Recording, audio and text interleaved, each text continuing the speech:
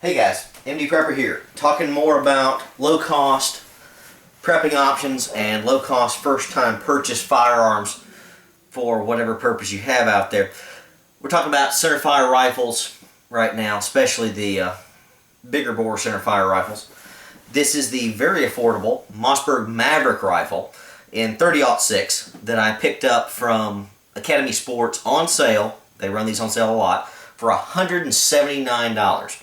An absolutely unbeatable price for a reasonably low-cost centerfire bigger bore rifle that will do whatever you want to for cheap. Let me go ahead and say up front, I'm not a big hunter. I don't hunt hardly at all, but I tend to collect a lot of surplus firearms, Mosin Nagants, Mauser, and all that. Love those, but I've just never had the heart to modify one and trick it out for a scope and hunting purposes, all that. Sure, I could use those rifles for that, but they're better modified, and I just kind of wanted something that was good to go, and I just don't want to beat up all those old guns. I don't want to. So, saw this for $179 in 30-06 and decided to give it a go, just to have it around. I'm looking to buy some land here, farmland or woodland, something like that, and hogs and stuff like that are a major problem around here in upstate South Carolina for tearing up your fields and all that. So this would be a great hog rifle that I can keep in the back of the truck, on a tractor, wherever. Keep it by the door, if I've got some fields in the back, something like that. If I've got any hog problems or anything like that, I don't have to worry about beating this thing up. For $179, beat it to death, won't care. If I only take 2 or 3 hogs with this thing ever, it'll pay for itself in my opinion. Deer too. This will take anything in 30-06. Will take just about any kind of animal in North America with a well-placed shot. So I went for that caliber versus some of the others. Some of the stats on this thing. This is basically a stripped-down basic version of the Mossberg ATR 100 without all the bells and whistles and blings and all that in it. Comes in a lot of calibers. I don't know all the calibers, but this may be all. The ones I know, it comes in 30-06, which obviously this is, 243, 270, and 308. Now, when I went to get this on sale, they didn't have it in 308 on sale. And I wanted it on sale, so I got 30-06. Just because I don't own anything in 243 or 270. Would I prefer the 308? Maybe, but after thinking about it, I'm glad I got the 30-06. Just because. Overall, it has a 22-inch barrel. Let me show you that right there. 22-inch barrel there. It is crowned. Don't know if you can see that at all, but trust me, it's crowned, which is a nice addition for such a ridiculously low-priced rifle. It's got a basic kind of parkerized finish on it. It's better than most of the parkerized finishes I've seen, so I don't know if it actually is parkerized or not, but it just looks that way to me. Like I said, 22-inch barrel. It's 4+1, at least in the 30-06. I don't know what it is in the other calibers, but I assume it's the same. Very smooth slide for a $179 rifle. I've handled a lot of surplus rifles in my day and owned a lot, and a lot of other firearms. This is fine. There's nothing wrong with this. This is perfectly smooth, very nice for $179.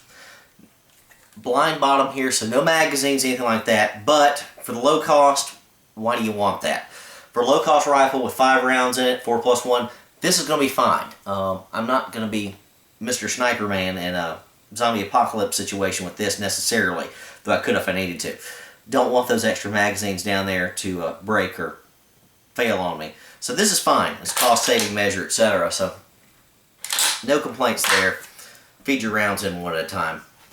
That's the way they did it for years and years. No problem there. Basic polymer plastic stocks here. Nothing special at all overall. Decent checkering on the front and on the grips here on your firing hand. It's going to hold things very well. Like I say, flips up, functions very, very smoothly, even with rounds in there. Did not come with the scope or the rings for $179. I already had the rings for it just because I've got lots of rings for other weapons I bought over the years, and I spent $25 on a relatively cheap Tasco. It's a pronghorn. Pronghorn? Yep, pronghorn. 3x9x40. About $25 I spent on that. Like I said, I had the rings for free just because I had them laying around. Attached it. It's been fine. No problems whatsoever. Is it the most accurate, highest quality scope in the world? No, it's not, but I'm not going to put anything expensive. I'm not going to put a $200 scope on a $179 rifle. That's just ridiculous. This is a beater rifle. This is going to hit anything I need to hit within 100 yards. Deer, hogs, two-legged predators, etc. So, it's fine. Now, obviously we've talked about this for prepping. I would say that the bigger bore centerfire rifle is the last thing on your list as far as firearms for prepping. It's just going to be limited. It's only going to be able to do so much. The only thing this thing is going to be good at is taking down big varmints at longer ranges. I'd much rather prefer my little high point carbine or my Kel-Tec Sub 2000 for personal defense, etc. Now, if somebody's shooting at me for long range and I need to reach out and touch someone, obviously this is a great choice. This is primarily going to be for food gathering and all that, as far as I'm concerned. You can use it for whatever, but bolt action slows things down. Ammo's a lot more expensive for low-cost prepping. Now, obviously this is a low-cost rifle, but it has limitations being a bolt action. But if you're defending a homestead, something like that, sure, okay, you need to have a bolt action rifle around. And again, like I said before myself, I'm not a big hunter, so I don't have a lot of scope rifles or anything like that that's in the higher end. I don't have a Remington 700 or anything like that. I will at some point, once I get some land, but I just don't need that right now. Didn't need to spend the cash. This was a low-cost investment just to have around. I can hit anything I need to reasonably accurately at 100 yards with this thing. Trigger, not the best. Empty, of course. Take the safety off, obviously. It's okay. It's about a 6 or 7 pound trigger pull from what I can tell. It's fine. Nothing wrong with that. Has a very basic safety here. If you can see that right there. Forward for fire. Probably can't see the red dot. And back for safe. Nothing fancy, but it's fine. No sling stud swivels here. It's just got a little cutout that you can't see. Probably take your average sling here in the front and the back. I put a cheap little Winchester $10 neoprene little stretchy sling on it for cheap because it's a cheap rifle. It's fine. Functions just fine. Obviously put the little spandex here, neoprene attachment here for 9 extra rounds. So 9 plus 5, 14 rounds.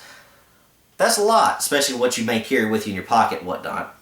Nice rubber butt pad here on the back. Does a decent job of absorbing recoil. But again, this is a relatively lightweight rifle in 30-06. So it's going to kick a bit. So maybe not for your first time shooter, but it's fine. It's perfectly fine rifle, especially for somebody who doesn't know if they want to get into centerfire rifle shooting. It's not a primo rifle at all, but it's a beater. This is a beater rifle that's going to serve you well. It's made by Mossberg. I've never owned anything by Mossberg that was junk. They're low cost. I don't want to say cheap. They're not junk. They work. Mossberg sells more shotguns than anybody else on the face of the earth. They're not the prettiest shotguns, but they work, and they work well enough to get the job done. Same goes for this rifle.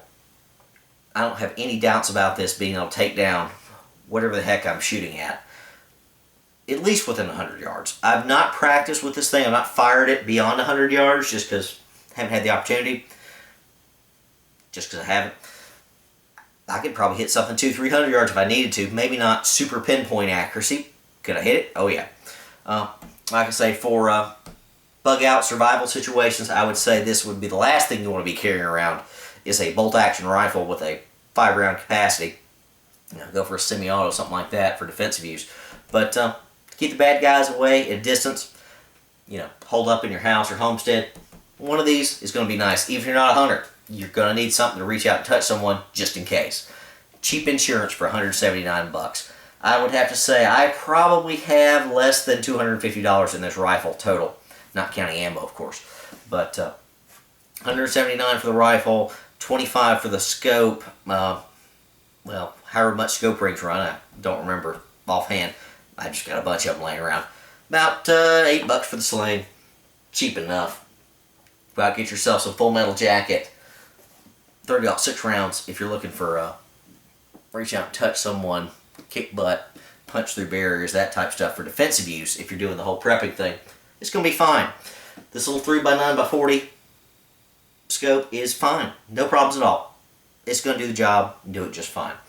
So, like I say, $179 for this rifle. Get it in whatever caliber you want. I may actually get one in .308 just to play around with when I find them for cheap. You know, $179. Who cares? I said, no problems with it. I've got maybe 100 rounds with this. Have not shot it a lot, just because I'm not a scoped rifle center fire kind of guy with my personal shooting, though I'm working on that.